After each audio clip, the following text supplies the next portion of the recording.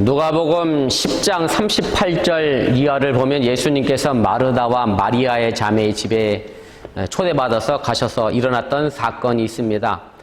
이 말씀에 대한 내용은 여러분들이 아마 잘 아시라 생각이 됩니다만은 혹시 모를 분들이 계실까 하여 잠시 정리해서 말씀을 드리고자 합니다.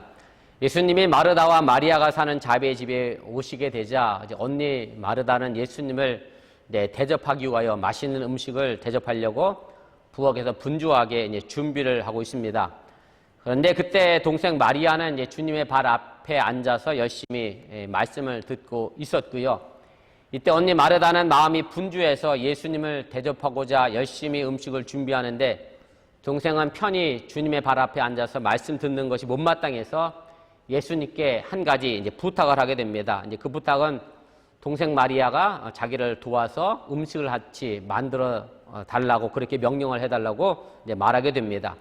그때 예수님이 마리아에게 언니가 혼자 고생하고 있으니 내가 가서 좀 도와주어라 이렇게 말씀하실 것 같은데 그렇게 말씀하지 않으셨습니다. 오히려 예수님께서 누가복음 10장 42절에서 이렇게 말씀을 하시게 됩니다. 마리아는 이 좋은 편을 택하였으니 빼앗기지 아니하리라 하시니라. 예수님을 위해 열심히 음식을 준비하는 마르다보다는 예수님의 말씀을 듣고 있는 마리아의 편을 예수님이 오히려 들어주셨다라고 하는 얘기입니다. 물론 이 말씀의 결론적인 교훈은 음식보다는 말씀이 더 중요하다는 데 있는 것이고요. 그렇다고 해서 마르다의 봉사를 무시하거나 낮게 평가해서도 안 된다고 하는 사실을 우리가 기억할 필요가 있습니다. 그리고 더불어서 이 말씀을 통해 우리가 또 하나의 중요한 의미를 찾아야 합니다. 그것은 바로 사랑의 본질이 무엇인가 하는 겁니다. 언뜻 보기에는 정성으로 준비된 음식을 드리려고 하는 이 마르다가 말씀을 받고 있는 마리아보다 예수님을 더 사랑하고 있지는 않나 그렇게 생각할 수도 있습니다. 그런데 마르다의 사랑이라고 하는 것은 어찌 보면 초보적인 사랑에 불과하다는 말씀입니다. 제가 마르다의 헌신과 봉사를 초보적인 사랑이라고 이렇게 말하는 것은 사랑의 본질을 무엇에 주는 것에 있는 것이 아니라 받은 은혜 혹은 받은 것에 대한 감사에서 사랑은 시작하기 때문에 그렇습니다. 다시 말씀드리면 참 사랑이라고 하는 것은 감사함으로 받는 것에 있다라고 하는 그런 얘기입니다. 제가 이렇게 말씀을 드리면 어떻게 주는 것이 사랑이 아니라 받는 것이 사랑일까 생각하실 수 있는 분도 계실 줄 압니다. 제가 여러분들의 이해를 돕기 위해 이렇게 예를 들어 보도록 하겠습니다. 우리가 흔히 부모님에게 효도한다라고 했을 때 그 효는 부모님에게 좋은 음식을 대접해드리고 또 혹은 좋은 옷을 사드리고 또 용돈을 많이 갖다 드리는 것이 효도라고 그렇게 생각을 합니다. 물론 이 부분이 틀렸다고 하는 것은 아닙니다. 물론 맞습니다. 우리가 이 부분도 분명히 열심히 효도해야 한다고 하는 사실이고요. 제가 자주 드리는 말씀입니다만은 이런 효도도 할 수 있는 시간이 그렇게 많지 않기 때문에 여러분 할 수만 있으면 부지런히 하실 수 있기를 주님의 이름으로 부탁을 드립니다. 그러나 부모에 대한 더 큰 사랑은 결국은 부모 앞에서 듣는 겁니다. 부모 앞에서 순종한 마음으로 부모님의 말씀을 받는 것, 바로 이것이 효의 출발이라고 하는 말씀입니다. 그러니까 받은 은혜, 받은 것에 대한 감사 없이 그저 주고 베푸는 것은 스스로 자신의 공적을 드러내는 행동에 불과하다라고 하는 그런 말씀입니다. 요즘 말로 하면 마음에는 부모님께 받은 은혜에 대한 감사에 대한 마음은 1도 없으면서 그저 겉으로만 하는 것은 진정한 효도라고 할 수 없다는 그런 얘기입니다. 어저께인가요? 제 얘기해서 죄송합니다만은 아들이 밤에 전화를 해서 코스코에서 뭔가 세일을 한대요. 그러면서 아빠 생일 선물로 이거 좋겠다고 막 사주겠다고 그래서 필요 없다. 또 사준다 그래서 필요 없다. 아빠는 절대 안 쓴다. 있는 것도 많다. 그래서 제가 안 받겠다고 그랬어요.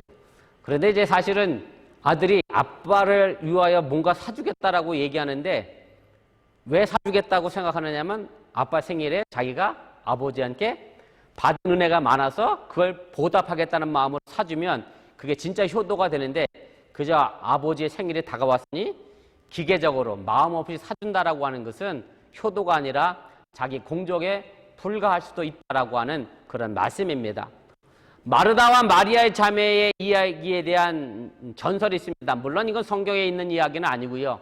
외경에 나와 있는 그런 전설의 이야기인데 이런 이야기가 덧붙여 있습니다. 예수님께서 마리아 편을 이제 들게 되자 마르다가 화가 났습니다. 이제 부엌에서 딸그닥 소리가 요란하게 나잖아요. 물론 여자분들이 화가 나면 설거지를 좀 조심조심하면 좋은데 일부러 들으라고 더 크게 막 던지고 막 깨트리고 그러시죠? 우리 집은 안 그랬는데 아마 여러분 집들은 그럴 것 같아요. 아마 마르다 입장에서도 예수님이 자기 편을 안 들고 마리아의 편을 들었으니 화가 나서 예수님 들으라고 막 떨그덕 대면서 더 크게 음식을 준비하며 막 기분 투를 내면서 음식을 이제 장만하고 있었습니다. 그때 마르다에게 거지 한 사람이 찾아와서 먹을 것을 달라고 요청하게 됩니다. 화가 난 마르다 입장에서 이 거지에 대한 동정심이 생길 리가 없었습니다. 그래서 마르다는 좀 심한 말을 하면서 그 거지를 내쫓고 문을 쾅하고 닫아버리게 됩니다. 그리고 나서 좀 이상한 생각이 났습니다. 그래서 다시 문을 열어 뒷모습의 거지를 이렇게 쳐다봤더니 바로 그 거지의 뒷모습이 예수님의 모습이었다라고 하는 얘기입니다. 그리고 순간 마르다는 땅에 엎드려서 울면서 자신의 잘못을 뉘우쳤다라고 하는 그런 전설이 내려오게 됩니다. 물론 이 이야기는 성경에 나오지 않는 이야기이긴 합니다만은 우리에게 많은 깨우침을 주게 됩니다. 받은 은혜, 받은 감사 없이는 우리가 진실하게 베풀 수 없다는 말씀입니다. 받은 사랑만큼 주게 되어 있습니다. 받은 은혜만큼 베풀게 되어 있다라고 하는 얘기고요. 받은 것이 없다고 생각하면 그래서 그냥 준다라고 하면 그것은 공치사에 불과할 수밖에 없다라고 하는 얘기입니다. 교회에서 봉사하는 사람이 때로 걸리는 시험도 바로 여기에 있습니다. 왜 나만 봉사하고 다른 사람은 안 하느냐라고 하는 겁니다. 다른 사람이 안 하는 것에 대하여 나무랍니다. 비난하기도 하고요. 그래서 오히려 자신은 손해를 보고 있다고 생각하기도 합니다. 억울해하기도 합니다. 이런 생각을 하는 것은 자신이 하나님께 받은 은혜의 감격이 없기 때문에 이런 생각을 가질 수밖에 없다는 그런 말씀입니다. 오늘 우리가 함께 읽은 본문은 우리가 너무나도 잘 알고 있는 오병이어를 가지고 5,000명을 먹인 이적의 사건입니다. 제가 오늘 이렇게 길게 서론의 마르다와 마리아의 이야기를 시작한 것은 바로 오늘 읽었던 이 본문의 말씀을 바로 마르다와 마리아의 관점에서 바로 하나님께서 내게 무언가 베풀었고 나는 그 받은 것에 대하여 깨달음의 관점에서 이것을 바라봐야 하기 때문에 제가 길게 서론의 말씀을 드렸습니다. 오늘 이 오병이어에 담긴 사건의 의미가 무엇인지 좀 생각해 보면서 이 시간 함께 은혜 나누기를 원합니다. 첫 번째로 생각할 것은 오병이어는 기적이 아니라 표적입니다. 많은 신앙인들이 이 사건을 오해하는 것 가운데 하나가 무엇인가 하면 그것은 떡 5개와 물고기 2마리로 남자만 5,000명이나 되는 사람을 먹인 예수님의 능력에 초점을 맞추는 것에 있습니다. 다시 말씀을 드리면 예수 믿으면 떡 5개와 물고기 2마리로 5,000명 이상 먹이고도 12강주리가 남는 물질의 축복을 받는다는 것에 아멘하고 응답하고 받아들인다는 그런 말씀입니다. 지금 우리가 수요 성경 공부 시간에 마가복음을 공부해 가고 있습니다. 지금 8장 나가고 있는데요. 이런 의미가 아님을 제가 이미 수요 성경 공부 시간에 설명하고 말씀을 드렸습니다. 요한복음에도 보면 이 오병이어의 기적 때문에 많은 사람들이 오해를 했습니다. 이 사건 이후에 많은 사람들이 예수님을 따라다녔는데 그러자 예수님이 따라다니는 사람들에게 이런 말씀을 하시게 됩니다. 어찌 보면 좀 모진 말씀이기도 한데요. 요한복음 6장 26절입니다. 예수께서 대답하여 이르시되 내가 진실로 진실로 너희에게 이르노니 너희가 나를 찾는 것은 표적을 본 까닭이 아니요 떡을 먹고 배부른 까닭이로다. 이렇게 얘기합니다. 예수님을 따르는 것이 먹고 배불렀기 때문에 예수님을 따랐다라고 하는 얘기고, 그런데 예수님은 먹고 배부른 것에 초점을 맞추지 않고 바로 표적에 대하여 초점을 맞추고 있음을 우리가 기억할 필요가 있습니다. 사실 이 표적이라고 하는 단어는 제가 이미 지난주 수요일에 성경 공부 시간에 설명을 드렸었는데 제가 다시 설명 좀 드리도록 하겠습니다.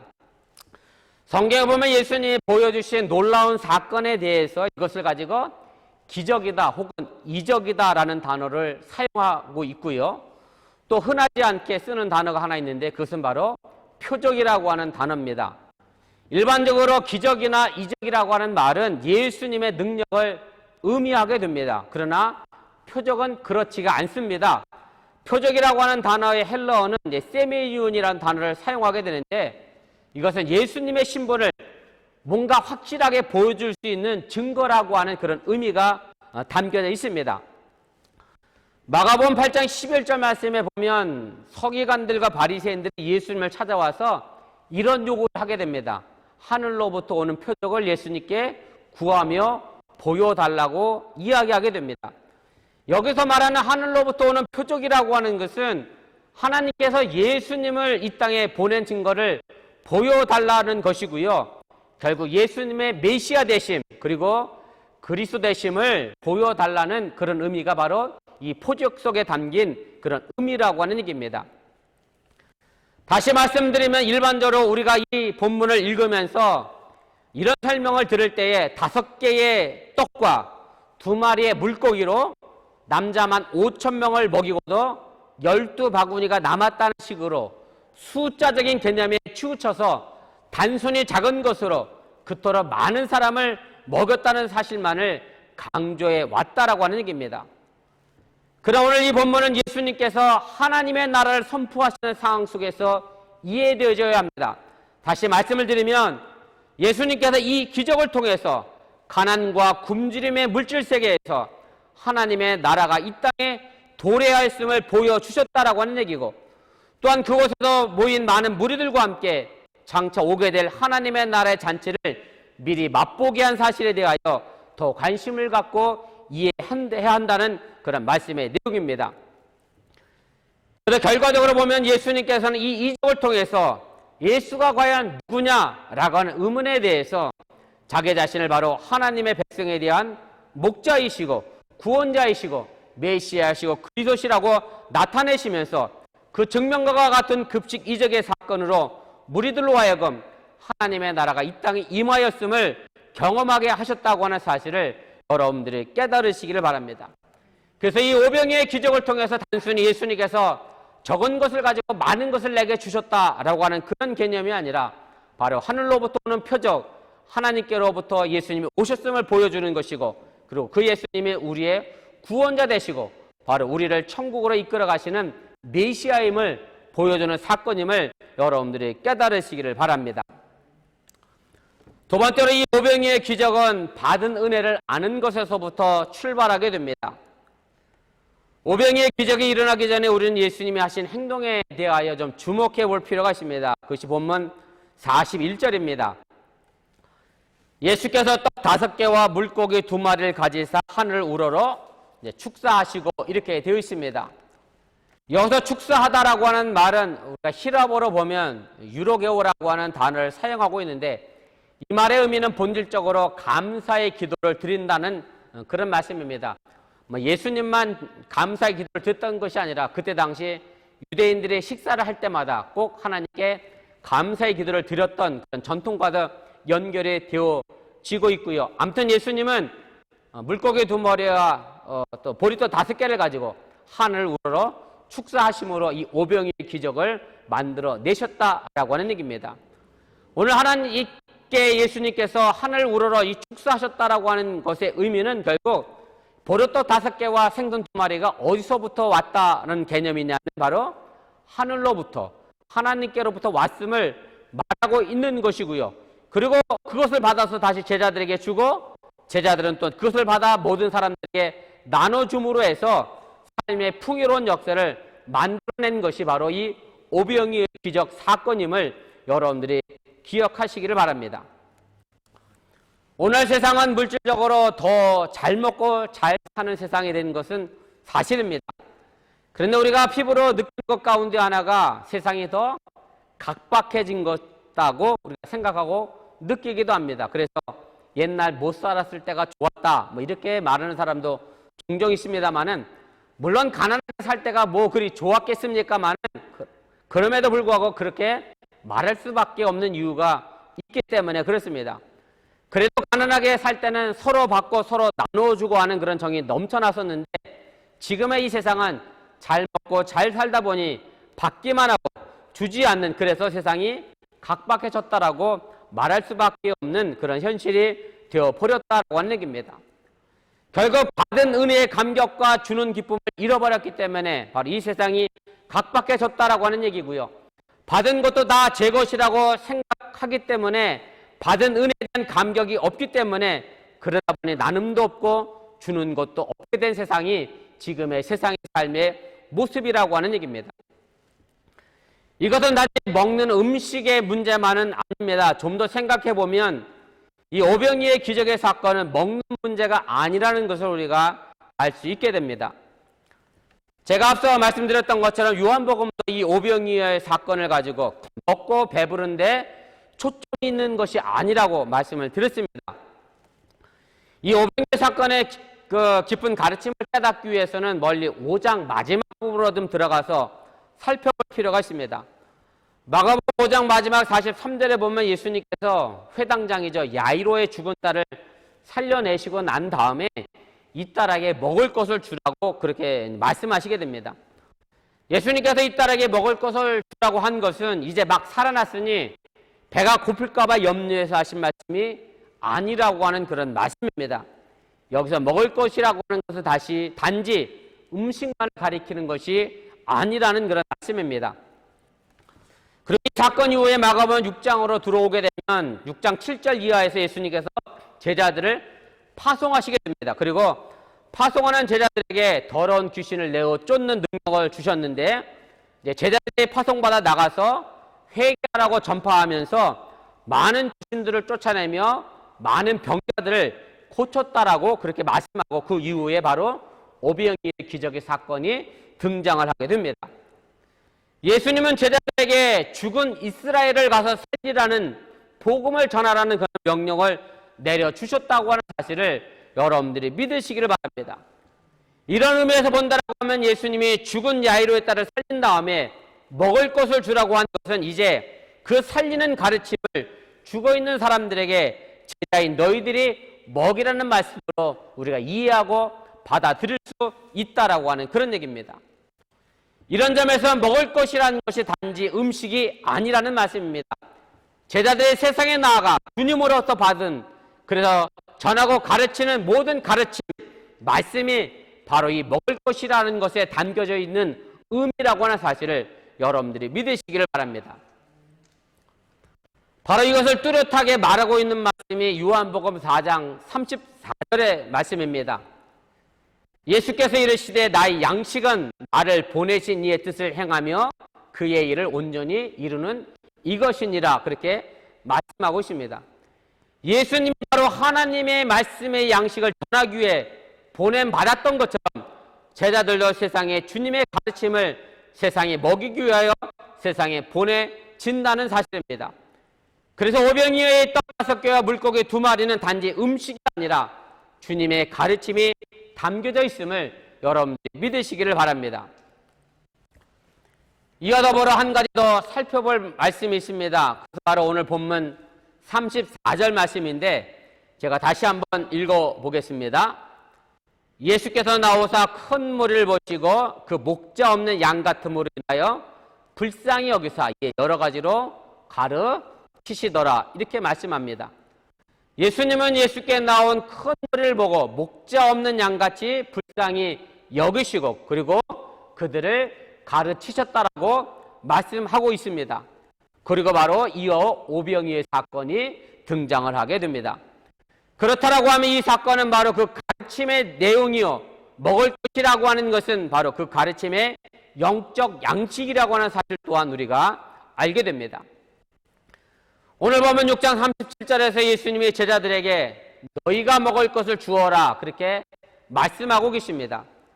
이 말씀을 예수님께서 하신 것인데 제자들이 이 많은 사람들을 먹을 돈이 없으니까 차라리 동네에 가서, 마을에 가서 각자 사 먹게 합시다, 그렇게 예수님께 말하니까 예수님께서 그러지 말고 너희가 이 사람들에게 먹을 것을 나눠줘라, 이렇게 말씀하신 그런 내용에 담겨져 있는 예수님의 대답입니다.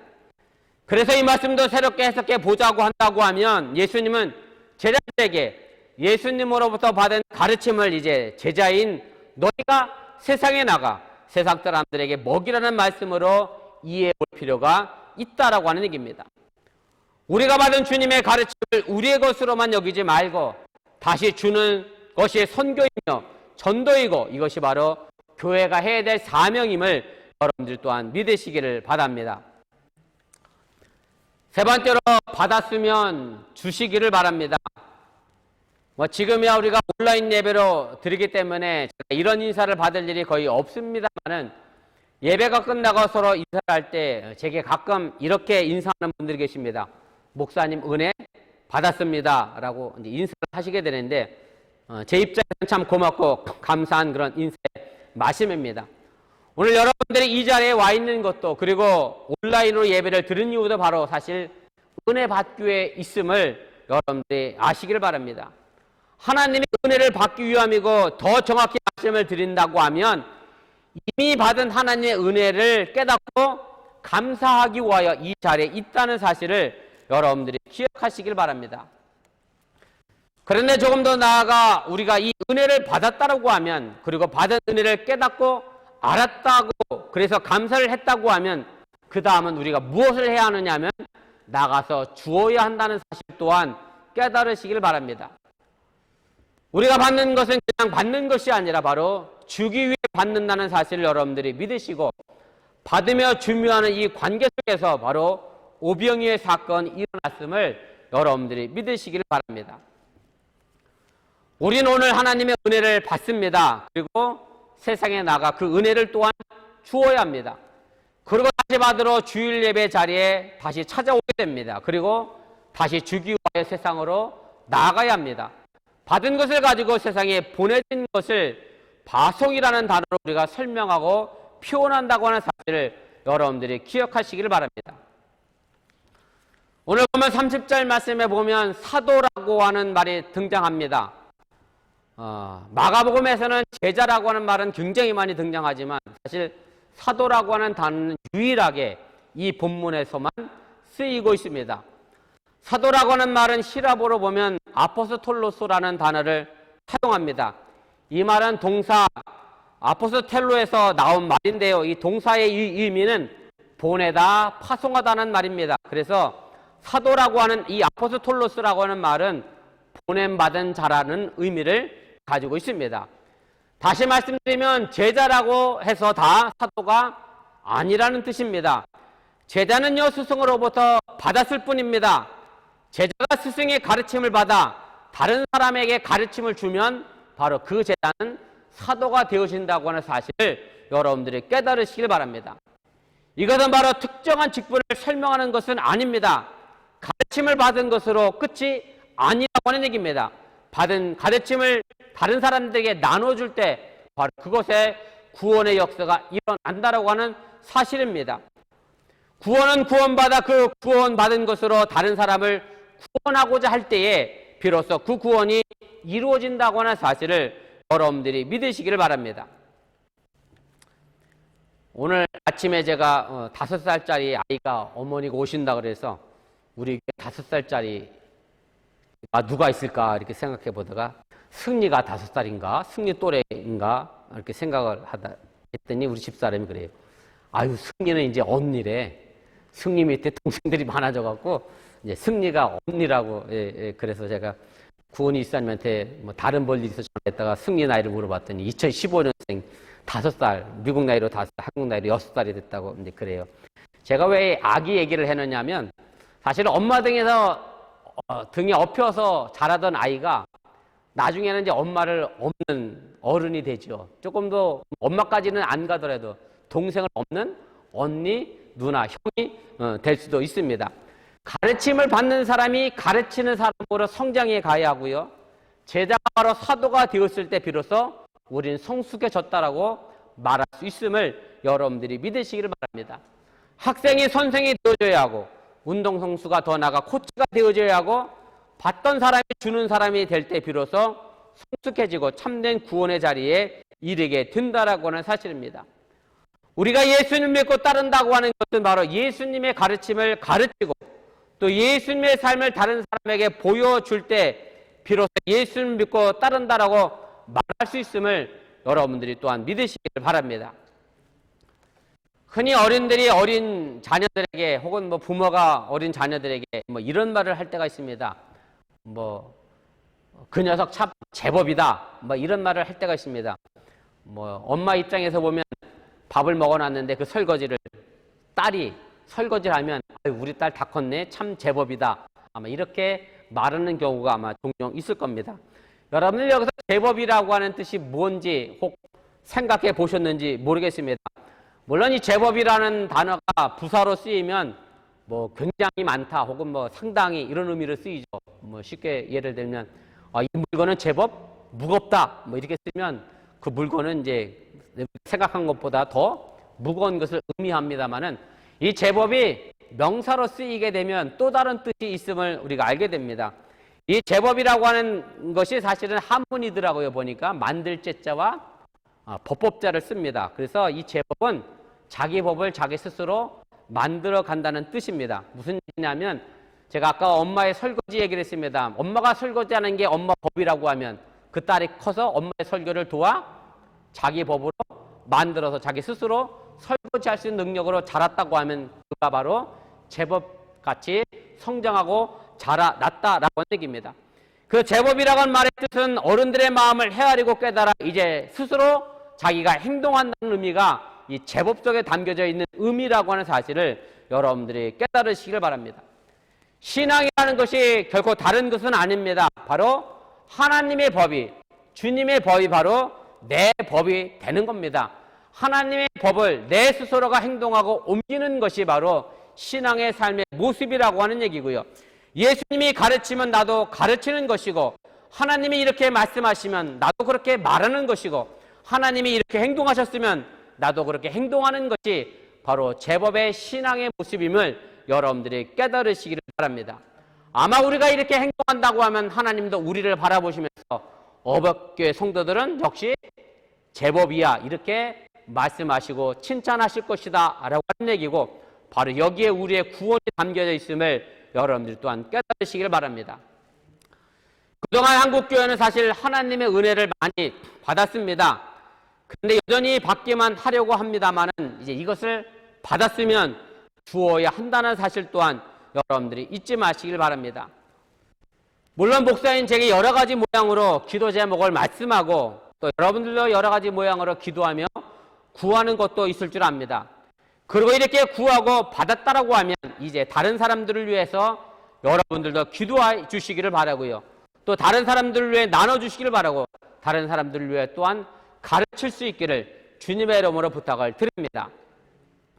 오늘 보면 37절에서 예수님의 제자들에게 너희가 먹을 것을 주어라 하셨던 것처럼 이제 우리가 주어야 한다고 하는 사실을 여러분들이 믿으시기를 바랍니다.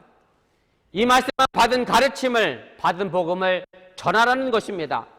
받으며 주묘하는 이 연결고리가 바로 교회의 부흥의 열쇠이고 동시에 우리 인간 삶의 영적 풍요를 더하여 준다라고 하는 사실을 여러분들이 믿으시길 바랍니다. 내가 받았고 또 주고 그 사람이 받고 또 주고 이런 고리가 끊어지지 않아야 그것이 풍성한 삶의 열매로 만들어지는 것이지 어느 사람이 받고 거기서 그냥 주는 것이 끝난다라고 하면 그 연결고리는 끝이 나서 풍성한 삶의 열매를 만들어낼 수 없다고 하는 사실 또한 여러분들이 잊지 마시길 바랍니다. 어떤 사람이 이 오병이의 기적을 가지고 이렇게 해석한 사람도 있어요. 예수님께서 물고기 2마리로 생선 보리도 5개로 5,000명을 먹인 사건이 과연 이것이 어떻게 일어나겠느냐? 이건 있을 수 없는 일이다. 그러면서 합리적으로 해석한 거예요. 말 그대로. 인간의 이성으로 합리적으로 해석하신 건데 어떻게 합리적으로 해석했느냐 하면 이렇게 해석한 거예요. 어린아이가 먹을 도시락이었잖아요. 보리떡 5개와 생선 2마리는. 그래서 어린아이가 내놨더니 어른들이 어떻게 됐어요? 부끄러운 거야. 애가 내놨는데 자기들은 먹을 거 혼자 꽁쳐놓고 먹으면 안 되니까 어른도 미안해서 내놨다는 거예요. 그랬더니 그 옆에 어른도 자기 꽁쳐놓고 내놓고 그러다 보니까 그 많은 사람을 먹었고 12바가지도 남았다. 아주 합리적이고 이성에 근거한 해석인데 물론 제가 이 말씀이 맞다는 의미를 얘기하려는 게 아니라 우리가 주고 나누는 것이 연결고리가 끊어지게 되면 그 풍성함도 함께 끊어진다고 하는 사실을 여러분들이 꼭 기억하시기를 바라고요. 우리 어번교회 안에서 서로가 바꿔주고 하는 이 연결고리를 놓치지 않기를 주님의 이름으로 간절히 부탁을 드립니다. 오늘 본문에서 하늘을 우러러 축사하시는 예수님의 모습을 바라보시기를 바랍니다. 이 모든 것이 하늘로부터 받은 것임을 깊이 생각하시기를 바랍니다. 그 받은 것에 감격하며 그 받은 은혜에 감사하며 그 받은 것을 또한 기쁨으로 주는 곳이 바로 어번교회가 서는 자리임을 여러분들이 또한 믿으시기를 바랍니다. 이제 예배를 마치고 다시 세상으로 나가는 여러분들의 삶이 받으며 주고 또한 주며 받는 삶의 모습으로 오병이의 풍요로움을 만들어갈 수 있기를 주님의 이름으로 간절히 축원을 드립니다. 우리 기도하시겠습니다.